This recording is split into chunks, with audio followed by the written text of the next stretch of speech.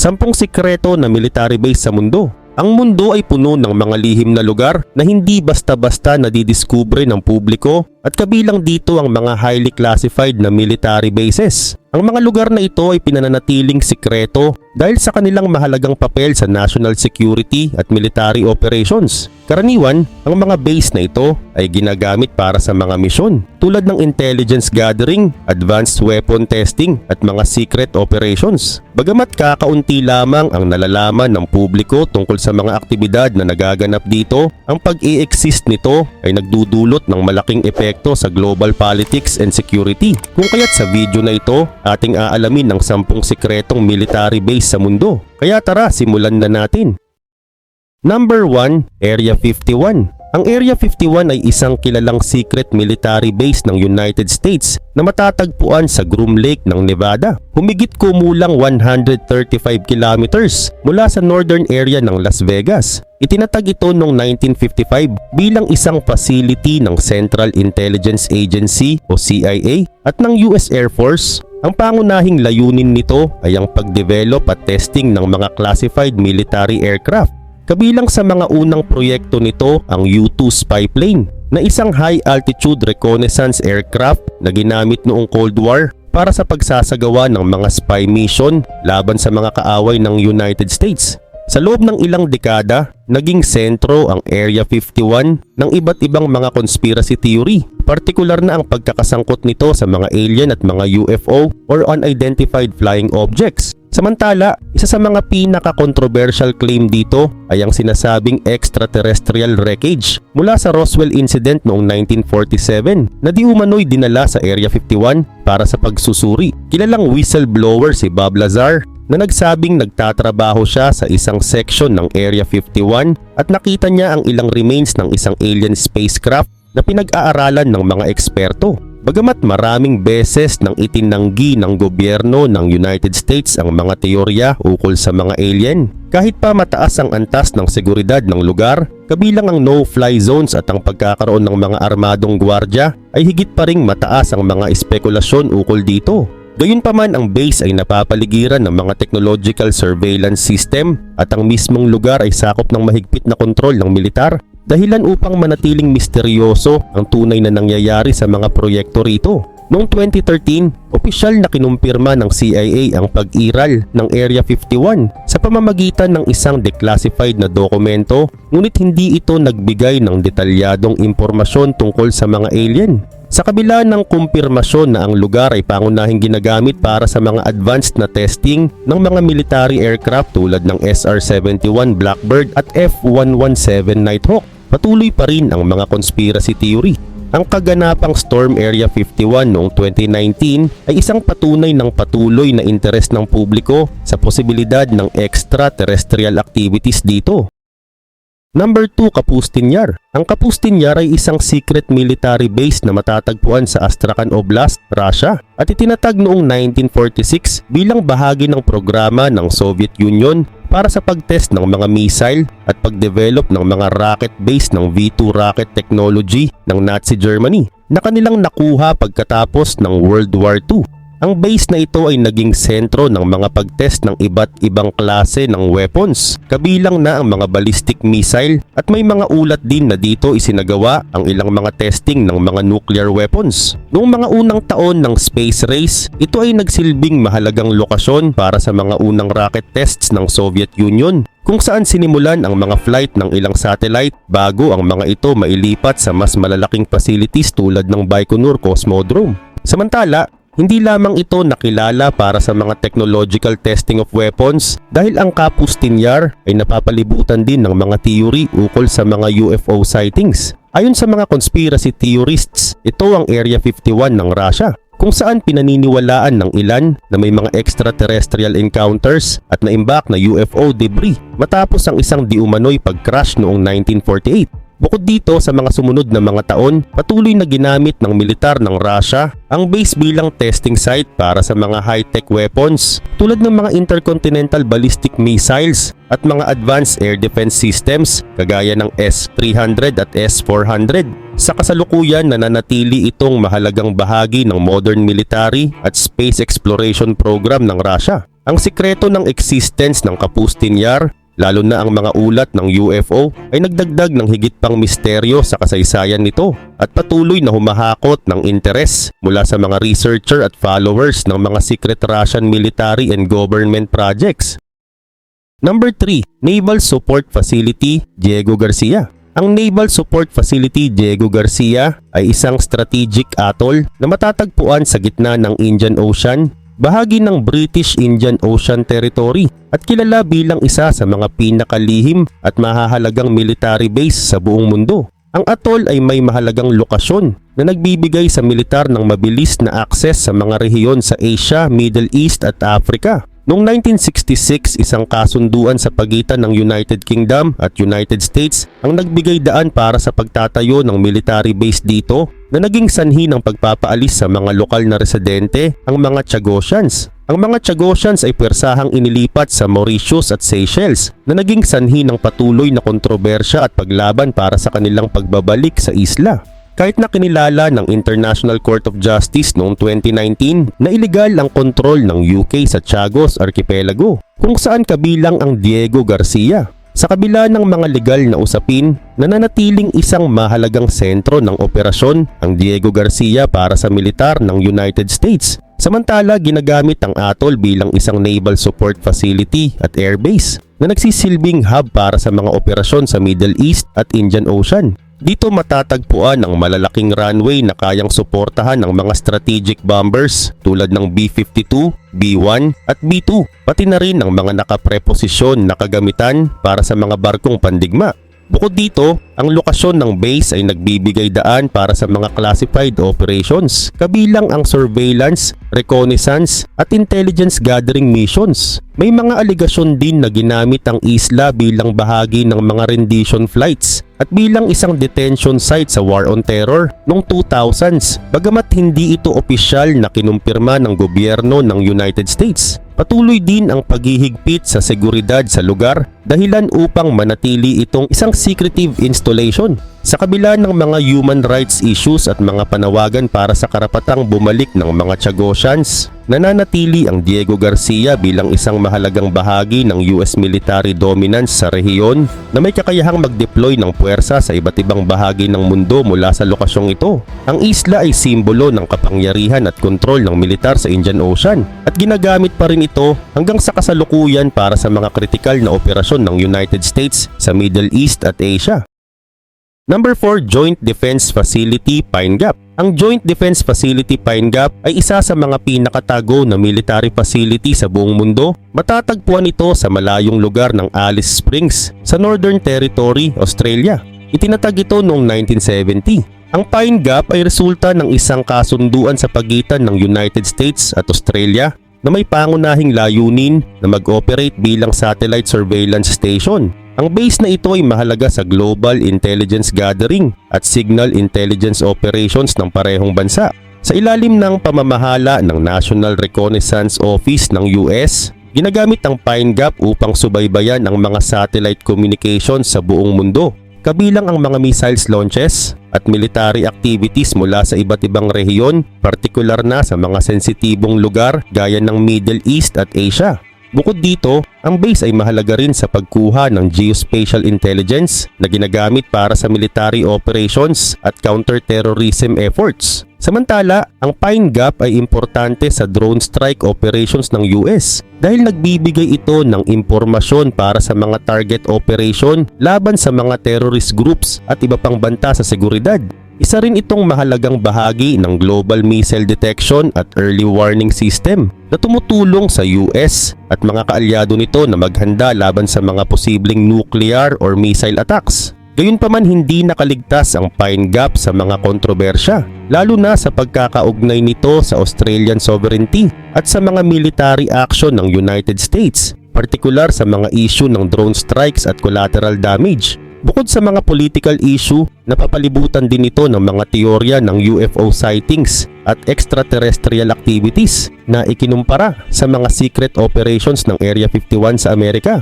Sa kabila ng mga haka-haka, nananatiling isang pangunahing asset ang Pine Gap para sa global security, intelligence gathering at counter-terrorism na may mahalagang papel sa pagtitiyak ng seguridad ng United States, Australia at ng iba pang mga kaalyadong bansa.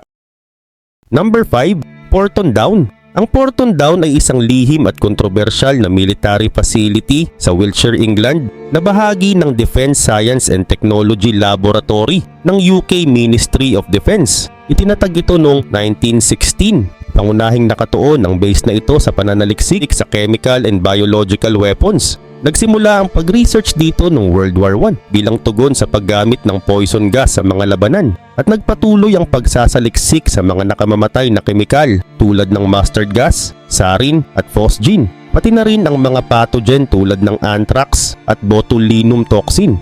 Habang lumilipas ang mga taon, lumawak ang pag-research sa mga ito upang isama ang pagbuo ng mga bakuna, antidote at protective equipment tulad ng gas mask at protective clothing na ginagamit ng mga sundalo at sibilyan. Sa kasalukuyan, ang Porton Down ay gumaganap ng mahalagang papel sa depensa ng UK laban sa mga banta ng chemical at biological weapons. Kasali na ang counter-terrorism and public health research tulad ng pagtugon sa mga virus na Ebola, Zika at COVID-19. Gayunpaman, binalot ito ng kontrobersya, lalo na ang mga eksperimento na involve ang mga tao mula 1940s to 1980s, kung saan ilan sa mga volunteers ay isinailalim sa mga nerve agent na nagresulta sa pagkamatay ng isang sundalo noong 1953 na isang insidente na nagdulot ng malalim na investigasyon. Kahit na may ilang dokumento na ipinagbigay alam tungkol sa pasilidad na ito sa mga nakalipas na taon, marami pa ring mga pag-aalinlangan ng mga tao sa kanilang seguridad dahil sa mga kakaibang proyektong nagaganap dito at mga lihim na patuloy na nakatago rito. Samantala, ang kasalukuyang pagsasaliksik ng Porton Down ay nakatuon sa mga makabagong defense technology, kabilang na ang mga sensor para sa real-time na pagtukoy ng mga banta at pagbuo ng mga bakuna laban sa mga biological weapons and pandemics. Number 6. Cheyenne Mountain Complex. Ang Cheyenne Mountain Complex ay isang sikretong underground military installation na matatagpuan sa loob ng Cheyenne Mountain sa Colorado, United States at nagsilbi bilang isang pangunahing bahagi ng US defense system simula pa noong Cold War. Itinatag ito noong 1960s. Ang complex ay dinisenyo upang maging nuclear blast resistant at kayang tiisin ang mga epekto ng anumang uri ng pag-atake, lalo na ang nuclear explosions. Ang lokasyon nito ay matatagpuan sa ilalim ng halos 1,000 meters ng solid granite na nagbibigay ng natural na proteksyon na sinusuportahan pa ng mga blast doors na may bigat na 25 tons at mga shock-absorbing steel springs na nagpoprotekta sa 15 buildings na nasa loob ng complex. Samantala, nagsimula itong maging operational noong 1966 at nagsilbing pangunahing headquarters ng North American Aerospace Defense Command na may layuning magbigay ng early warning system laban sa mga air at missile threats sa United States at Canada. Bukod sa North American Aerospace Defense Command, ginagamit din ng Cheyenne Mountain Complex ng iba't ibang military branches at intelligence agencies para sa mga classified operations, lalo na sa larangan ng missile warning, air defense at space surveillance.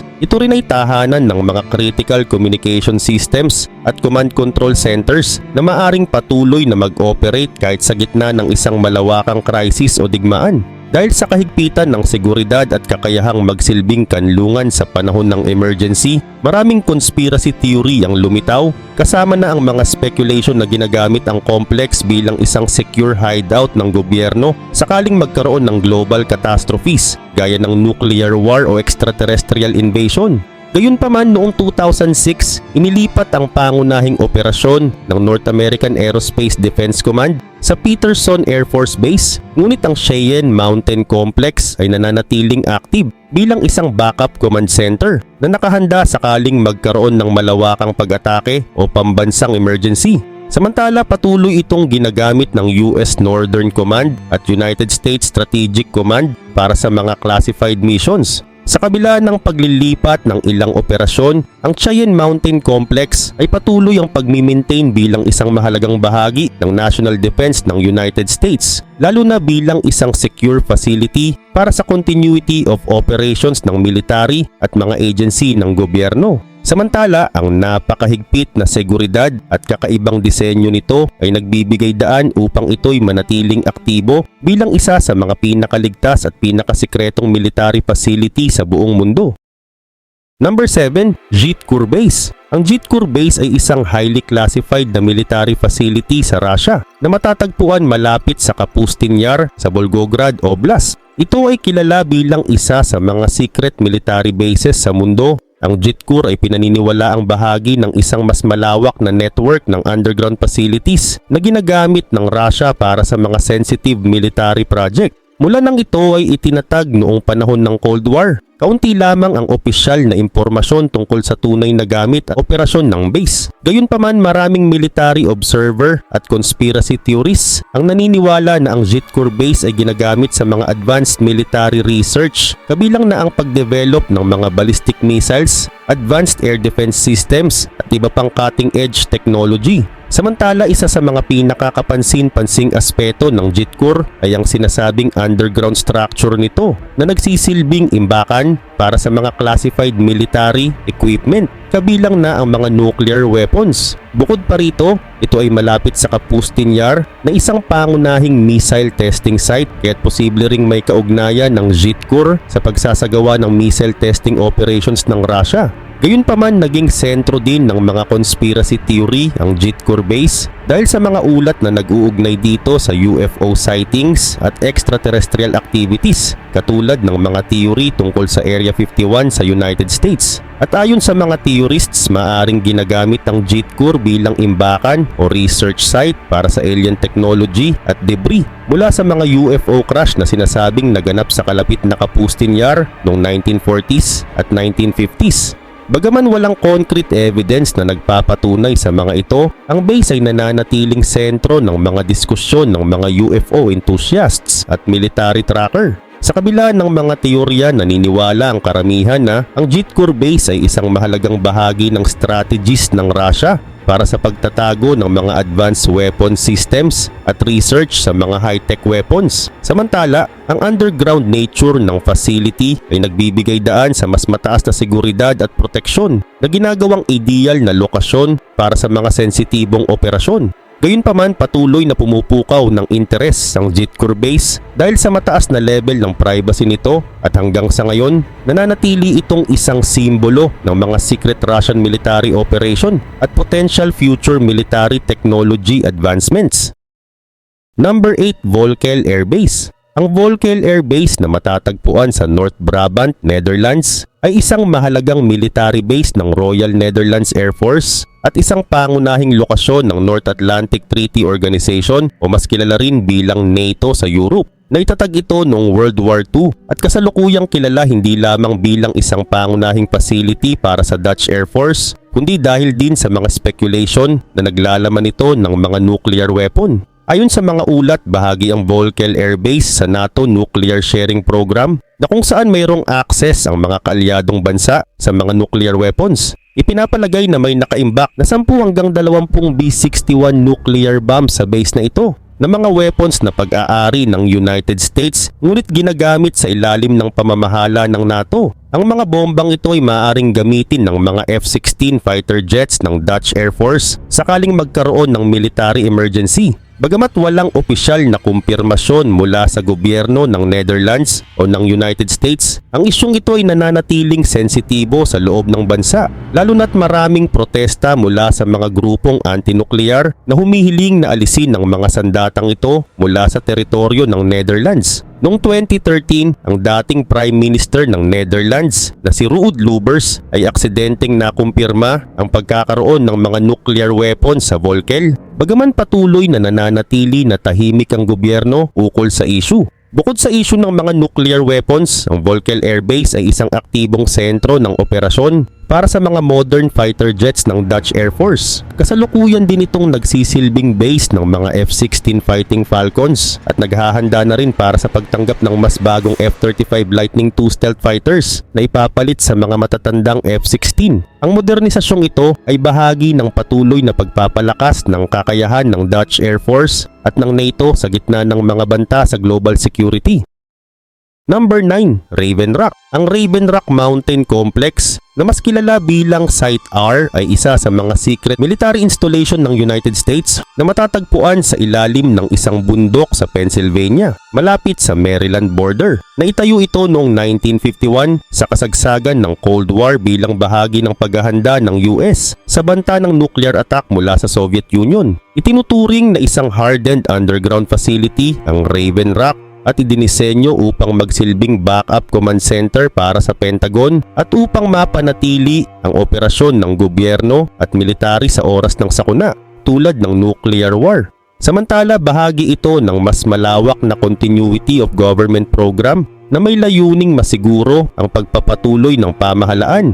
Kahit na sa harap ng pinakamalalang krisis, ang buong complex ay mayroong 5 pangunahing gusali na interconnected sa ilalim ng lupa na kayang mag-accommodate ng libo-libong tao, kabilang ang mga mataas na opisyal ng militar at gobyerno. Self-sufficient ang pasilidad, may mga sariling power generators, water supply at sewage system para matiyak na patuloy ang operasyon nito kahit na walang tulong mula sa labas. Sa panahon ng emergency tulad ng nuclear attack o iba pang malaking krisis, ang Raven Rock ay magiging kanlungan ng mga key personnel, kabilang ang Vice President ng US na maaaring dalhin dito bilang bahagi ng contingency plans ng bansa. Gayunpaman, magsisilbing pangunahing command center ang pasilidad para sa mga military operation, pagpapatakbo ng defense systems at pagbibigay ng mga directives sa iba pang sangay ng pamahalaan. Bagaman confidential pa rin ang karamihan sa mga detalye tungkol sa Raven Rock, ito ay patuloy pa rin na gumaganap ng mahalagang papel sa defense infrastructure ng United States at nagsisilbing tagapag-alaga ng pamahalaan sa oras ng matinding banta o krisis. Sa kabila ng pagiging sekreto ng karamihan sa mga operasyon nito, unti-unting nalalantad ang ilang impormasyon mula sa mga dating empleyado at eksperto, ngunit nananatiling sensitibo ang aktwal na layunin at mga aktibidad sa loob ng pasilidad. Number 10, Unit 731. Ang Unit 731 ay isang secret military unit ng Imperial Japanese Army na itinatag noong 1936 sa Pingfang District, Harbin, Manchuria, China at kilala sa malulupit na eksperimento sa tao at biological warfare research. Pinamunuan ni General Shiro Ishii na ang pangunahing layunin nito ay ang pagdevelop ng biological weapons para magamit sa digmaan. Ang mga eksperimento dito ay nakatuon sa human experimentation na walang kapantay ang kalupitan. Libo-libong mga biktima gaya ng mga Chinese civilians, Russian prisoners of war at iba pang mga bihag na sumailalim sa mga brutal na pagsubok. Kabilang sa mga pinakakilalang eksperimento ay ang vivisection, kung saan ang mga tao ay inoperahan na buhay at walang anesthesia upang pag-aralan ang mga epekto ng mga sakit at iba't ibang biological agents. Marami rin sa mga biktima ang sinadyang mahawaan ng bubonic plague, kolera at anthrax para subukan kung gaano kabilis kumalat ang mga sakit sa katawan. Samantala, ang frostbite experiments ay isa pang brutal na hakbang kung saan ini-expose ang mga biktima sa napakalamig na temperatura at sinusuri ang kanilang mga katawan habang nagyeyelo ang mga laman. Bukod pa rito, ginamit din sila sa weapon testing tulad ng mga pagsubok sa grenades at flamethrowers. Sa ilalim ng Unit 731, nagsagawa rin ng Japan ng biological warfare sa mga civilian village sa China na gumagamit ng flea bombs na may daladalang bubonic plague na naging sanhi ng pagkamatay ng libo-libo. Pagkatapos ng digmaan noong 1945, natapos din ang operasyon ng Unit 731, subalit marami sa mga leader nito, kabilang si Shiro Ishii, ay hindi naparusahan dahil binigyan sila ng amnestiya ng United States kapalit ng impormasyon mula sa kanilang eksperimento na ginamit sa American Biological Warfare Research. Samantala, itinuturing ito na isa sa mga pinakamalaking krimen laban sa sangkatauhan dahil nagresulta ang mga brutalidad ng Unit 731 sa libo-libong pagkamatay. Hanggang ngayon, nananatili itong madilim na bahagi ng kasaysayan ng Japan at patuloy na sinusubok na mapanatili na may buhay ang alaala ng mga biktima sa pangyayari na ito na nagbigay babala sa mga panganib ng maling paggamit ng science and technology sa digmaan.